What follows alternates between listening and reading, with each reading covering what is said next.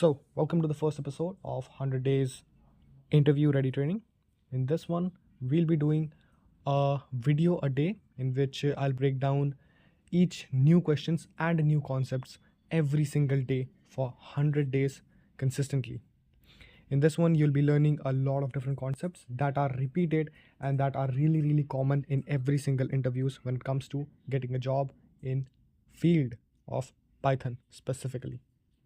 So what I've basically done for this entire playlist is I have taken out all the questions that are most common in Google Microsoft interviews related to Python specifically. And this is what I teach up here. So let's just get into it. Now you can see the question that we're going to solve today on the screen. So Elise has some cards with numbers written on them. She arranges the cards in decreasing order and lays them out face down in the sequence on the table. So that means she has a deck of cards. She picks out maybe let's just say 10 or maybe 5 or 6 cards, right? And then she puts them in a decreasing order. That means 10, 16, 12, 13, 14, whatever. And then she challenges Bob to pick out a card containing the given number by turning as few cards as possible, right? By turning as few cards as possible. So in this case, you now have to understand that what kind of DSA, what kind of data structure you're going to use to solve these problems. So right now, we know that we have to use binary search algorithm. Right now it won't it might sound like a difficult question, like what kind of algorithm shall I use this one, that one, but as you go further and as you start to understand all of the different data structures and algorithm, it will become easier and easier for you to pick up the best possible data structure, which one makes you type the least code possible and which gives you the best possible results. So let's start coding and see how does that turn out. So let's just start it. So we'll create first a function. So the function, we'll name it binary search. So once you're sitting on down onto an interview, you need to understand that you have to name your functions in a way that it sounds pretty much logical, right? You don't actually name it something random like searching something, and also the arguments that you use. Now, right here, I'm using cards and target. The target is the thing that I'm going to find out from the cards, and the cards is going to be the list that I'll have. So you need to make sure that your so-called arguments and function names are pretty much logical, because that creates a huge impact. That creates a really good sign of you being a professional programmer, right? So up here you can see I have set up low and high. So low starts from basically 0 and the high is the length of cards minus 1. This is where we create an index, right? So now we'll create a loop. The loop continues as long as low is less than or equal to high, right? All right, so once we're done that, now we'll calculate the middle index. So now we'll understand, okay, this is the length of it, this is the middle index, and now we have to search it into both directions because it is in arranged in let's just say ascending order, right? We know that it's arranged in ascending order. So once you find out that your target and your midpoint, so let's just say your target is 6 and your midpoint is 12.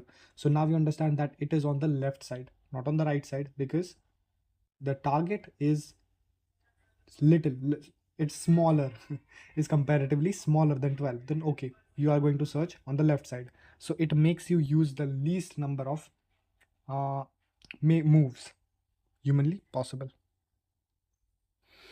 So say searching. So mid valuable cards dot mid.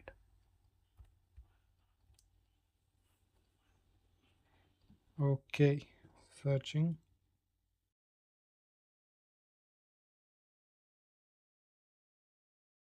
Switching between indexes high and low, and this is middle index, right? So the middle index will be in the middle. So it will be like print its index number, not exactly the value of it, but index of it. So let's just say we have 10 values. Then what is going to be my mid index? It's going to be 4. because 0, 1, 2, 3 in Python, in most of programming languages, counting starts from 0. So now we'll have the value of the middle index. So now what we're going to do is compare if the mid value, if the mid value equals to the target. So let's say that we have the mid value of 12, and if 12 is exactly our target, then what it is going to do is found target. It's going to just simply say I found the target, and it will return the mid value, right? That's how simple it is going to be. Found target and target index, and then mid, return mid. It's not over complicated. Binary search are pretty much easy. Really, really, absolutely, really easy. Then we're going to do an elif.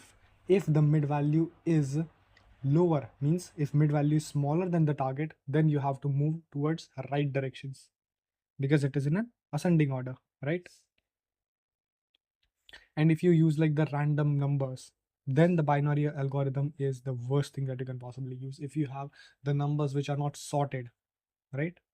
So first thing, when it comes to using binary search algorithm, you need to understand that your values, the array that you have or the stack that you have, queue or list, whatever that happens to be, whatever you have, you need to make sure that it is arranged in an ascending order, right?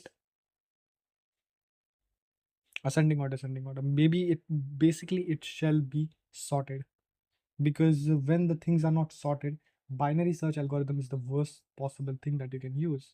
I'll show you in this example that how people mess up when it comes to binary search algorithm. A lot of people do. So this is what we have done in the logic.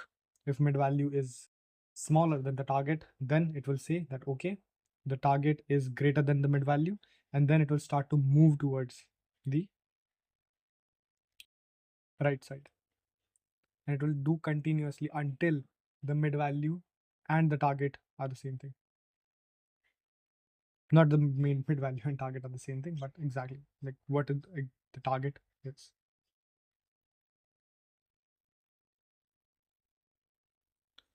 Then our else part goes. The else part says that okay. So the else part basically is if the mid value is bigger or is greater than the target, then it will start to move towards the left side. And on the left side, it will start to find the low.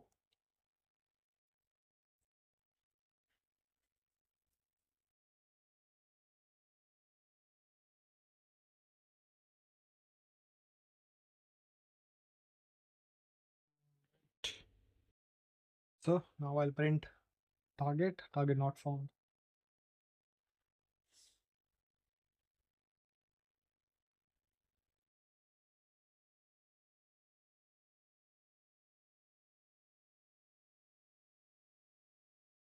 Don't get too confused with this code because it's pretty simple. All we have done so far is when let me give this in a very basic language, that if mid value is smaller than the target, then our mid value will shift a little. Our mid value will shift a little towards the right side. So now your mid value is going to be on the next index. So if it was on 5, then now it will be on 6. Then it will be on 7 until your target and mid value are the exact same thing. Now, understood? All right. So I have used like the messy numbers, like the random numbers, not in ascending order, not in descending order. So now this will cause trouble. Now this genuinely causes trouble a lot of times. Most of the times it causes trouble. You can do that on your own. I'm sure just need to show you. So when you have like a sorted perfect number in the list, then it will have like the perfect outputs. But when you have these messy numbers which are not sorted enough, it might give you correct answers sometimes, but most of the times it's wrong. Or maybe it will throw an error.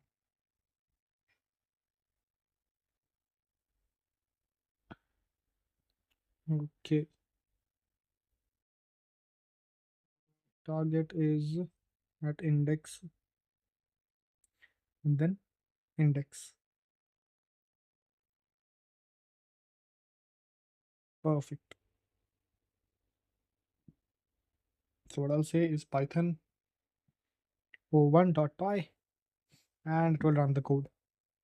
However, if I were to use any other number other than 3, then it will throw an error, most likely, because the list that we have right now is not in a sorted form.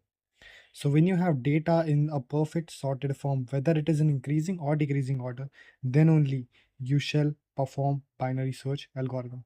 You need to understand this, that binary search are only effective when the value that you have, what the list you have is properly sorted. If not sorted properly, then it will throw an error, most likely like this one. So make sure that you have a perfect sorted data, and the code is available in the description to my GitHub. Just go and visit that one. And also you can go and visit my website where you can find all of these codes and other things. Make sure to like and subscribe.